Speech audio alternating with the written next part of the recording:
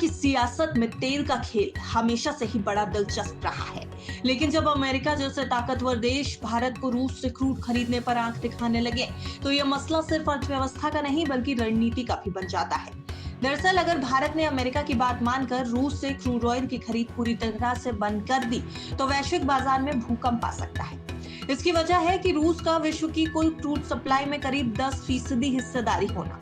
अगर भारत की बात करें तो वो फिलहाल अपनी कुल तेल जरूरत का लगभग 40% रूस से इंपोर्ट करके पूरा करता है। अगर ऐसे में भारत ने रूस से तेल खरीदना बंद कर दिया, तो वैश्विक सप्लाई में भारी कमी आएगी और तेल की कीमतें 150 से $200 प्रति बैरल के पार निकल सकती हैं। वैश्विक बाजार में इतनी बड़ी कमी के चलते तेल की कीमतों में जबरदस्त उछाल होगा। 2022 में जब रूस यूक्रेन युद्ध शुरू हुआ, तब भी क्रूड की कीमतें $139 प्रति बैरल तक पहुंच गई थी। उस वक्त बाइडेन प्रशासन ने भारत को रूस से छूट वाले तेल की खरीदने की अनुमति दी थी, जिससे ग्लोबल सप्लाई बनी रहे और महंगाई को काबू में रखा जा सके। तेल की कीमतों में उछाल आने पर सभी देशों की मुश्किल बढ़ सकती है। यहाँ तक कि तेल निर्यातक से लेकर आयातक देशों तक हर किसी पर महंगाई का बोझ पड़ सकता है। अगर भारत की बात करें तो यहाँ इंपोर्ट बिल में 9 से 12 अरब डॉलर की बढ़ोतरी हो सकती है। महंगाई दर में 2 से 4% की उछाल की संभावना है, जबकि जीडीपी ग्रोथ में आधा से लेकर 1% तक की गिरावट का खतरा।